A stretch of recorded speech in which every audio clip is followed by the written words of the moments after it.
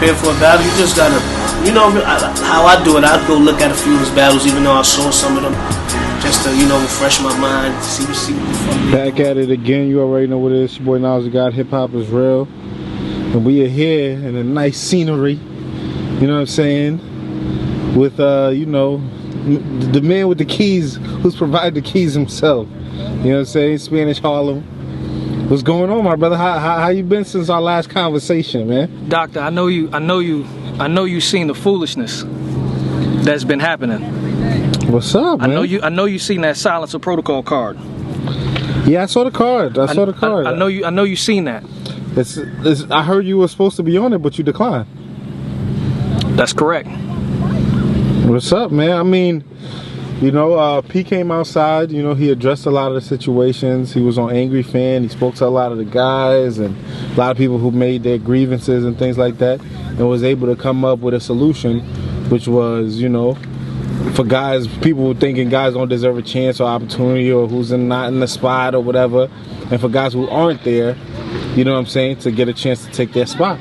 And now, what's the better way to basically make it happen through combat? You know what I'm saying? A verbal, lyrical warfare. You know, I was told this is gonna happen. I'm gonna try to not lose control, because I really don't like none of this. I really don't like none of this. But I'm gonna keep my composure, because this is crazy. But I was told this was gonna happen. I was told this was gonna happen, but it's harder to watch as it's happening. It's harder to see all of this. P's robbing them. He's conning them. Every single last one of those battles on that card, they're being conned, and they're being mocked, and they're being deliberately disrespected, and they're being taken advantage of, and a whole bunch of other different things. And it's crazy. It's crazy.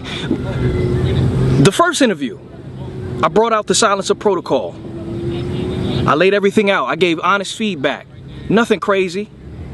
You remember what I told him? Mm-hmm. I gave him time, right? I gave him his chance. I said, you know what? I gave him the solutions. I said, this is an easy way to get it done. All you need is what? Better communication and better logistics to benefit the battlers, right? And then I said, I hope that he changes. I hope that he deals with his internal issues that he got going on. But what did he do? As soon as I spoke out of that, then he started spreading lies. All lies. What was the lies? There's so many lies that he said. I went into detail in the Boss Chick Rain interview. I went into extreme detail. One of the main lies that he told was he kept telling people I elected to do the Crucible, and that I turned down the Survivor Series card that they had coming up. And I was never offered that. I was never offered a Survivor Series. I was told the Crucible was mandatory. So when he's going around telling people, oh yeah, he turned it down and he decided to do the Crucible, I didn't even know I had a choice. I didn't even know the other card was coming up. And it's crazy. There's so many other lies. I could play tit for tat. If you want the full list of all the lies he told, all you gotta do is go watch the Boss Chick Rain interview. I did that on June 6th. Once I had seen the Upstairs Boys podcast, and he spread all them lies in there, I pinned everything down, and he went on a tour. He started going on every podcast, everybody's blog, started saying, oh nah, this is what it is, boom. He started disrespecting people. What else did he do? Anybody who spoke up against him, he pulled a knife out, started attacking them. He did it to Newborn. He did it to Benji. He did it to Gwitty, trying to expose them and try to clown them. There's no compassion there. He don't care about none of them. Okay. And he showed his hand. He showed his hand. How did he show his hand? Because whenever you're around a whole lot of people that do the same thing, sometimes you could kind of think that maybe they wanted to do the same thing as well. You're around a whole lot of battlers, you probably think you can rap somewhere in your. So we in the industry where everybody starts to try to debate, battle. But his freestyle game is horrible. So he started pulling things, it wasn't what he thought. He got put on the spot and started lying, not understanding that all this stuff is gonna be recorded. And it's possible, because I did tell a couple people what I was going to do, and I shouldn't have done that. But once I started to recognize what he was doing, I said, yo, nah, I got this. Round 2 coming up. I'm about to expose everything. All of a sudden, he started to phase back. He got tapped on the shoulder. Shh, shh. But it was too late. I already had everything. So when I went to Boss Chick Rain and I put everything out on the line, I just waited. And then I got word about this card. And I'm wondering, I'm thinking everybody's going to watch the videos and say, oh, well, no, I can see this game clearly. He's trying to play us. But it's... How's he trying to play y'all? Like, well, because now it seems like guys who wasn't getting an opportunity is about to get an opportunity. Because it's not what they think it is. One of his tools that I said in the Boss Chick Rain video is called the Julius Caesar. He has no intention on actually putting them in a position that's going to actually benefit them. So you're saying even if they win, we're not going to see them, we're not going to see more Benji Lolo, more Gwitty and things like that if they beat them. If you're saying the other guy's not going to sit down and things like that, like how it's agreed upon? He's going to be able to kill 2 birds with 1 stone. If somebody does well that he don't like, he's going to put them in another scenario that's not going to be what they want. And if they mess up there, he's going to block them then. If somebody doesn't want you there, they will keep putting you into that hamster wheel until you fail. He did it with me. My first thing, I proved him wrong. I went to RBE, did the 1SK, opened up. I was supposed to do horrible, according to him. I proved him wrong. Because I proved him wrong, and he got in his feelings, he started setting things up. He put me in my second PG, which was a year after my first one. He put my second PG first night with another person that he didn't like, and he told both of us at the end, oh, I thought y'all was gonna be trash, that's why I made y'all first. Other people coming up, yeah, I'm surprised that y'all did well. So because we did well there, he had to give us another opportunity. So he tried to set me up again with the Scotty Good battle. I was not supposed to win that battle. And if you would have seen his face at the end of my 3rd round, he was hurt that I did good. And since I was supposed to move forward again, I had life events happen. I had to turn down the battle, and he used that against me. He said, oh, well, because you turned that battle down, you're not going to be on this card, and because you're not going to be on that card, you're going to have to go and do some other things to try to get nice again. I graduated from the PGs. So that same process is going to happen again. You got some people in there, you got some battlers that are there that deserve better. But they don't understand the mind games. This is manipulation at its finest. He even put the shh sound in the URL Twitter post. The silence to mock while they're focused on, oh, I'm battling Gwitty because I don't like how he talking. He's killing 2 birds with 1 stone. And it's sad, man. So you think he's just setting up all these guys for failure? That's what you're basically saying. He does not care about their progression in any way. And he's using these battlers. He's using them. Like I said, he has some internal issues. He's using them, getting real aggravated with people who talk up or who question him. You know what I'm saying? Not showing that he actually cares about what people are actually saying, but he just want to fight. Because we speaking the truth. And because we speaking the truth, now he wants to use these battles because some of them didn't bow to him. And because he's not being bowed to, now he's going to use them in some type of egotistical wet dream that he wants to indulge in, starring these battlers. I turned the joke down because and I'm telling people, you don't need to do that battle. Please don't do that battle.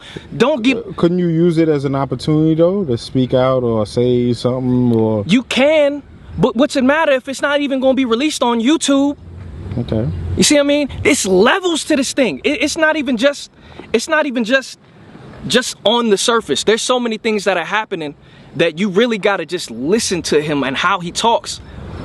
And what's really happening on in its totality to really picture what's going on. And it's whatever, I don't know what word is beyond sad, as far as, what is it, lament?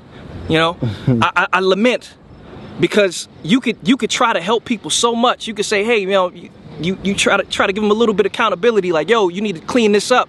And some people will go all the way left with it and they'll never change. And so you gotta just You just got to let him do him. Then what do you say to your peers who's accepted these challenges and are willing to go through, through this process of this card of, elimination, or sit yourself down, or give yourself an opportunity to get back? Like, what do you say to them? At this point, I don't know what I can say, because honestly, I don't even think that they care. If I'm being real, we being real here. I don't think that they care. I don't think that they care. And because and the reasons why they don't care is one of the reasons why P is able to manipulate them and deceive them so much. And we can get to that towards the latter half.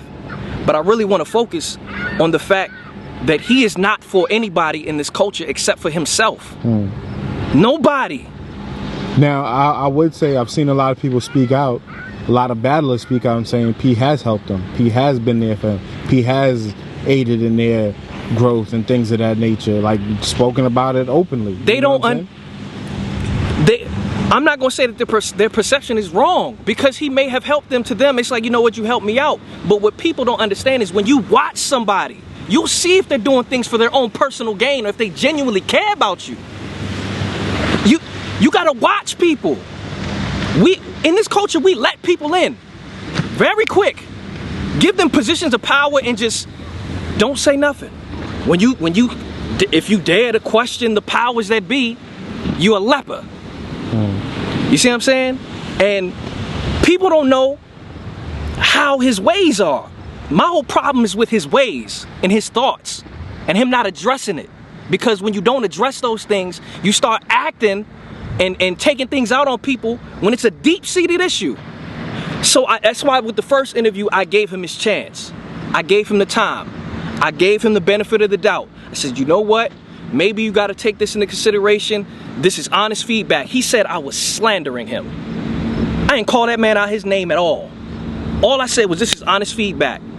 And if he doesn't, I remember I said the contingency plan. If he don't change, we got the silencer protocol. You'll be able to see it for all the battlers that are there. What happened? He started shooting shots all over the place. Why? Because he got exposed. He got exposed.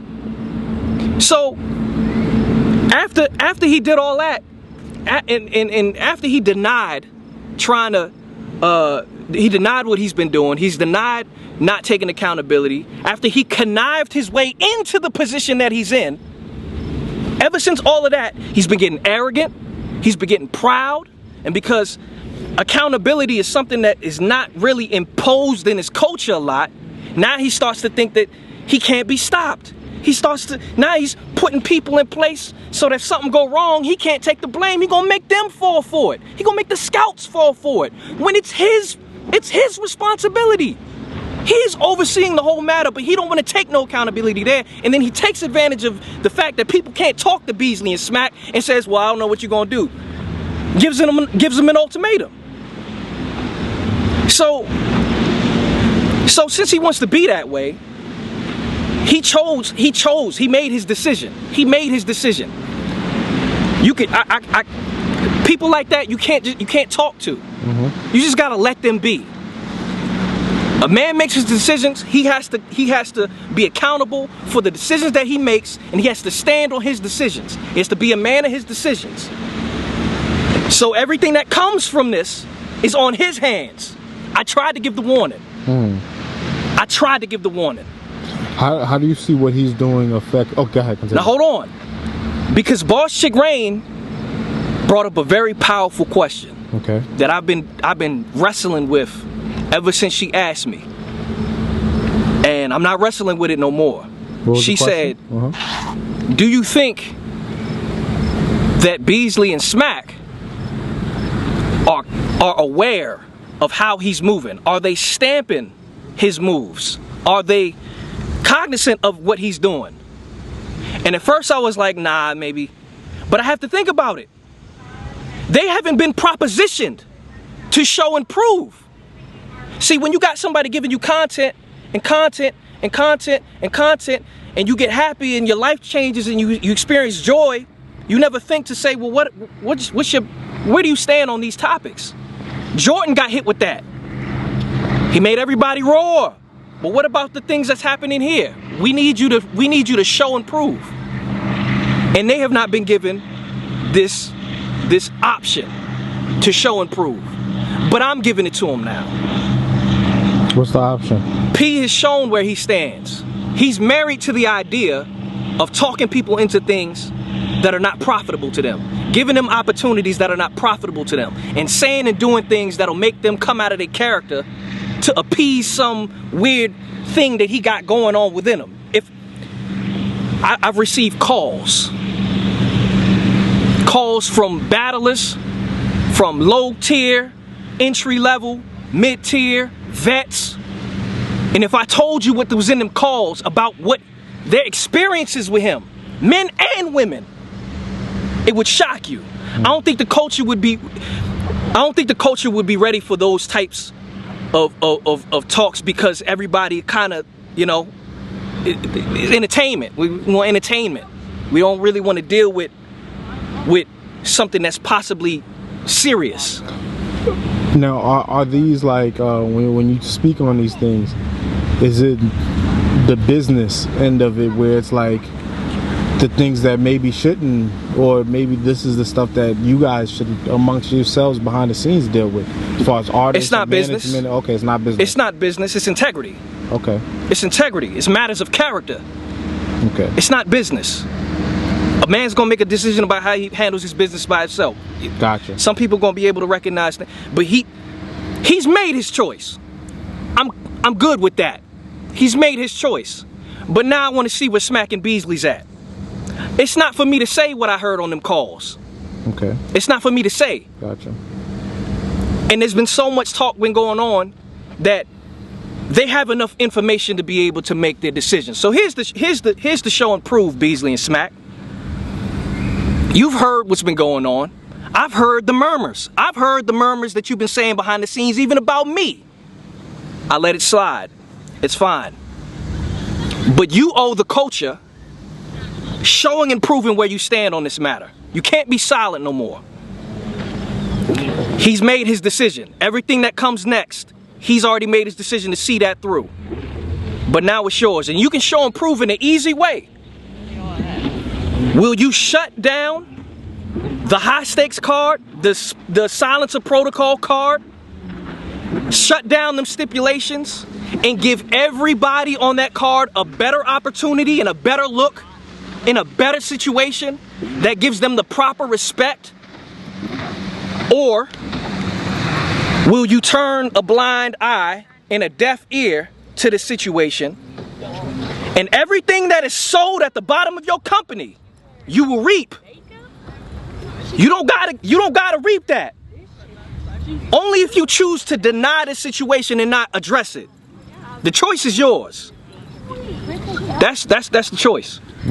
That's the choice. So what you're asking for Smack and Beasley is to basically understand, notice what's going on, and give everybody an opportunity? That's what you're asking? They need to step in and need to make a decision on where they stand. Do they stand with P and all the things that he's doing, whether they know it or not?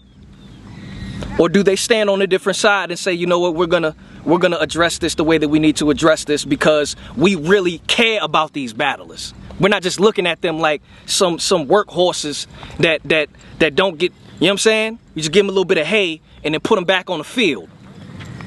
They're people. There's people on that card that have talked crazy about me. Jack Boy, all of them. You know, he went on my Twitter and said some crazy stuff. I didn't say nothing.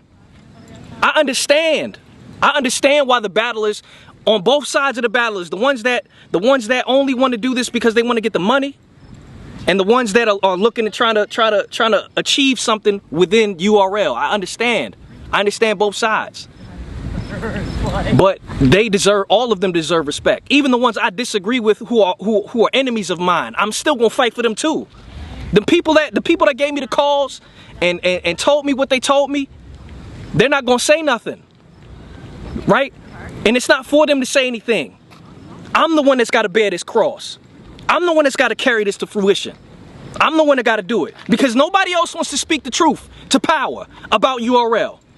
The vets can't do it because they didn't come from the bottom with the new business, with the new sense, with all these new. They came in early in the game, but they didn't come in with the vet.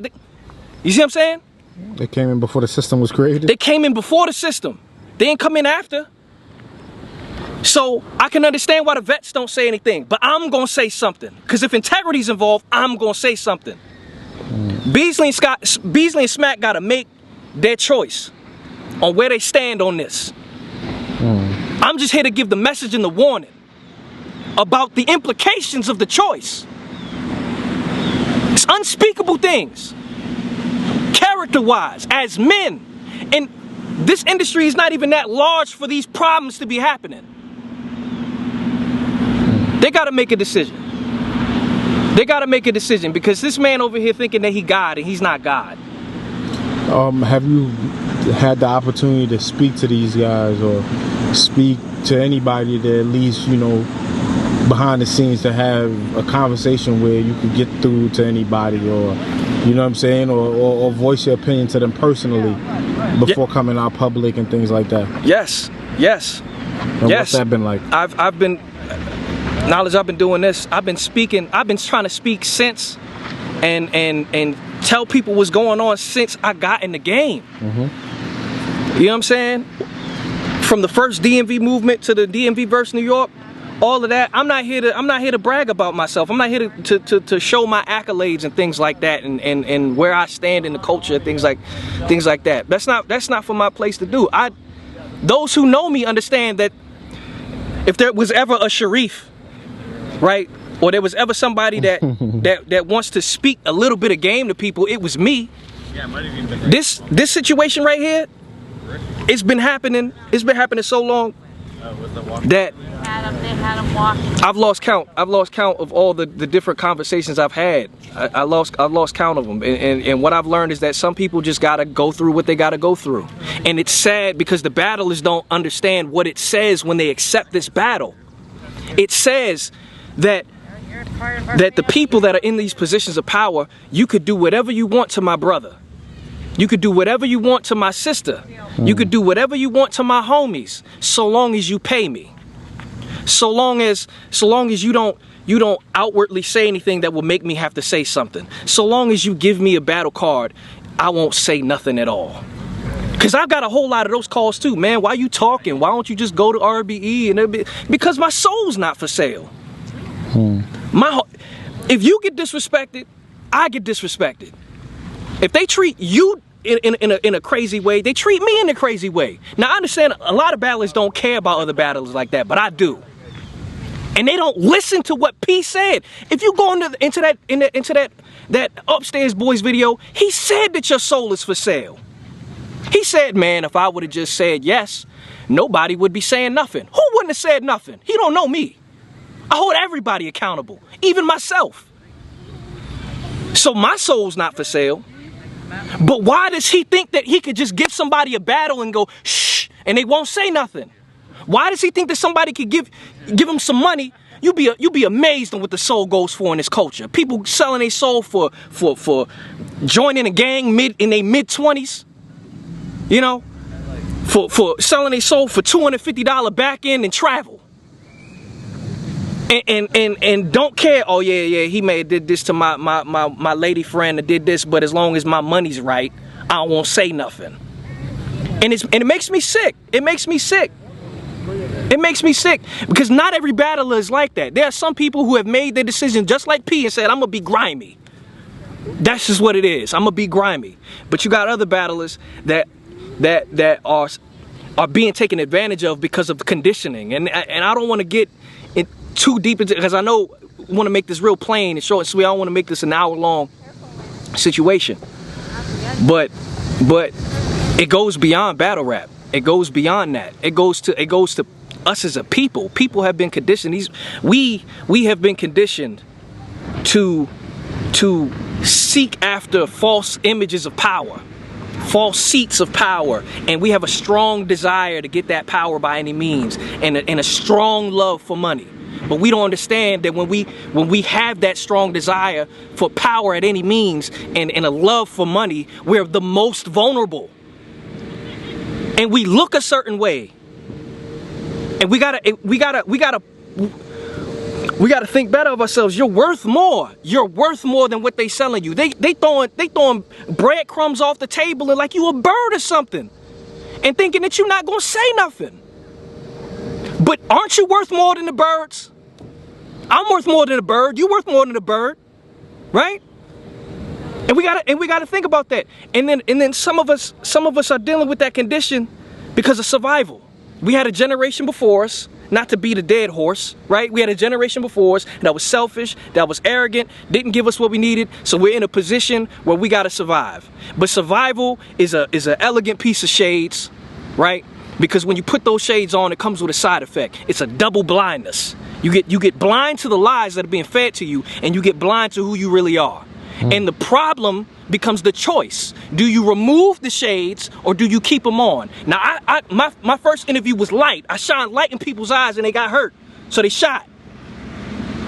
And some people decided to put the shades on. Other people decided to stay in the dream. And you know, the dream that you don't want to wake up, the dream that you have the hardest time coming to terms with, waking up from, is the dream where everything is ideal and the one where you know you're dreaming because you have some semblance of control of that dream. So what happens when you wake up? Nah, I gotta get back to sleep. I gotta try to jump right back into that. And for some battlers, the dream is that URL can do no wrong. They're not disrespecting them. They're honorable people.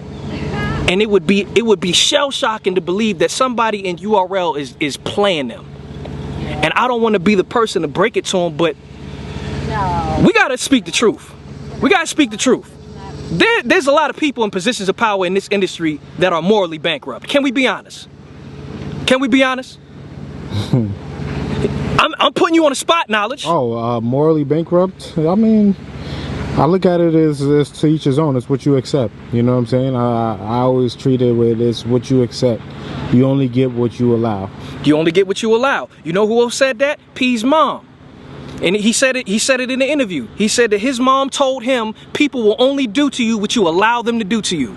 Look at the situation that we in. Look at the wisdom that he was given. How can I do? You see what I'm saying? I gotta hold him accountable. That's fire wisdom right there. I gotta hold them accountable. Gotcha. Gotta hold these people accountable. And I don't want to be the dead horse, but the one thing I want to say lastly, you know what I'm saying? What is it you want for the fans to understand, your peers as the battlers to understand, and also the establishment? Those three things right now to get out of this conversation that we're having right now. If you could end it with that. What are the three things what are the things that you want each of these aspects of this culture to understand, whether from the fans to your peers as the battlers and the establishment? I want the fans to understand this is life in a glass. This is what you're witnessing right now is life in a glass. Everything that you see in here, you see in real time in the real world. This is just magnified. And I ask y'all to keep these battlers prayers, man, because what's coming next, man? What's coming next?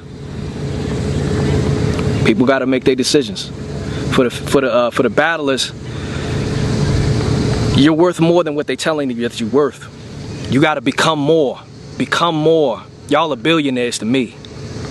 Y'all are billionaires. And it's a hard pill to swallow, but for some of us, our true blessings that we gonna get is not gonna come from this culture. It's not gonna come from URL.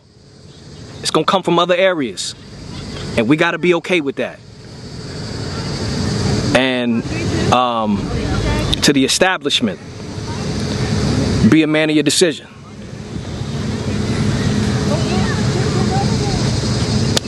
Man, Spanish Harlem, once again, this was definitely groundbreaking.